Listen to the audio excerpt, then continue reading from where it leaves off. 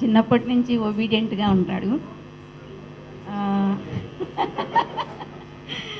కానీ వీళ్ళందరూ కూడా నాకు చాలా అంటే చాలా క్లోజ్గా ఉండటానికి కారణం ఏంటంటే 8th class, 9th class, 10th class 3 క్లాసులకి నేను క్లాస్ టీచర్గా ఉన్నాను. సో వీళ్ళందరూ మాకు సెయింట్ జోసెఫ్స్ స్కూల్ దగ్గర చాలా దూరం నుంచి నడిచి రావాలి. నా బ్యాగు, నా క్యారేజ్ బ్యాగు, బుక్స్ తీసుకోవటానికి వీళ్ళు పందాలు పెట్టుకొని నేను నేను నేను అని వచ్చేవాళ్ళు. అలాగే పవన్ కళ్యాణ్ కూడా తీసుకొచ్చేసేసి క్లాస్లో పెట్టేవాడు. నేను అనేదాన్ని బుక్స్ మోస్తే మార్కులు ఏమి రావు అనేది. అంతే, అంత ఆప్యాయతగా, అంత ప్రేమగా, అంటే గురువు అంటే అంత అభిమానం ఉండేది ఆ రోజుల్లో. కానీ ఇప్పుడు ఆఫ్టర్ ఆల్ అయిపోయాము. మేము సొంత స్కూల్ కూడా నడుపుకుంటున్నాము, వెలాంగని ఇంగ్లీష్ మీడియం హై స్కూల్. నేను correspondent, founder and everything. Still నేను ఆ స్కూల్ని రన్ చేస్తున్నాను.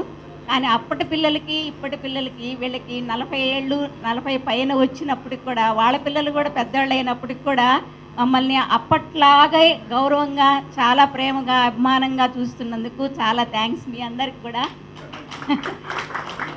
ఎస్పెషల్లీ అంటే ఈరోజు ఇలాగా జరుగుతుంది అని మాత్రం నేను కల్లో కూడా ఊహించలేదు.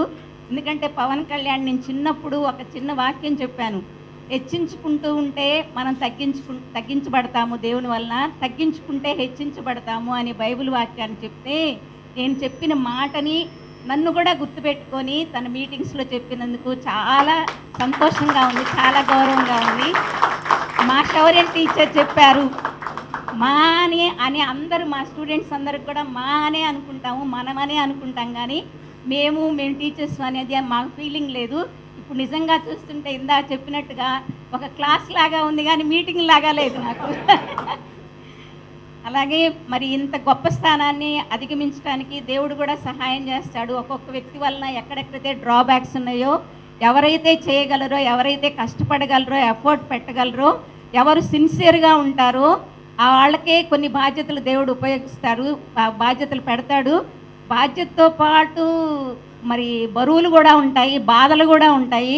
ఎన్నెన్నో ఎదుర్కొంటూ వస్తున్నాడు. మేము పేపర్లో చూస్తున్నాము ఎన్నో క్రిటిసిజాలకు కూడా. నేనైతే చెప్తాను, క్రిటిసిజం చేసేదానికే ఇంపార్టెన్స్. ఎందుకంటే మన బ్యాక్లో మాట్లాడేది కరెక్ట్గా మాట్లాడతారు, క్రిటిసిజము మన మొహాన మాట్లాడేది ఫేవర్ కోసం మాట్లాడతారు అని నేను అంటున్నాను.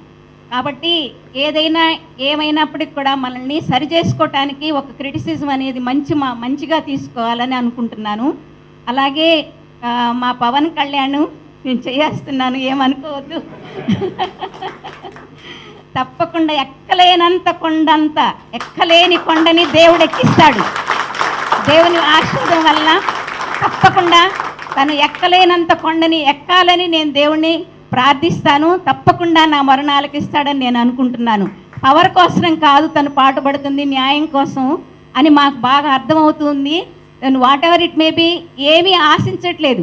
తనకు కావలసినంత ఉంది, తనకు కావలసినంత సంపాదించుకున్నాడు.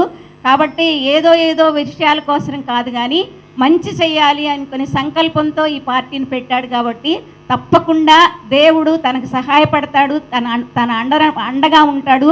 దేవుడే ట్రాన్స్ఫార్మే మన చేతిలో ఉంటే స్విచ్లు ఏం చేయలేవు.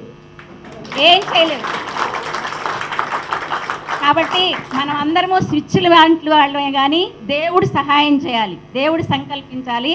అలాంటి బ్లెస్సింగ్స్ డెఫినెట్గా ఉండాలి అని చెప్పేసి నేను దేవుడిని కోరుకుంటున్నాను. ఎక్కలేనంత కొండ అంటే అదే మరి.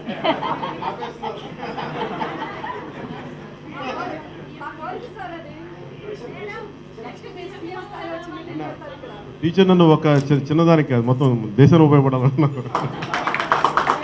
అలా అట్లా కూడా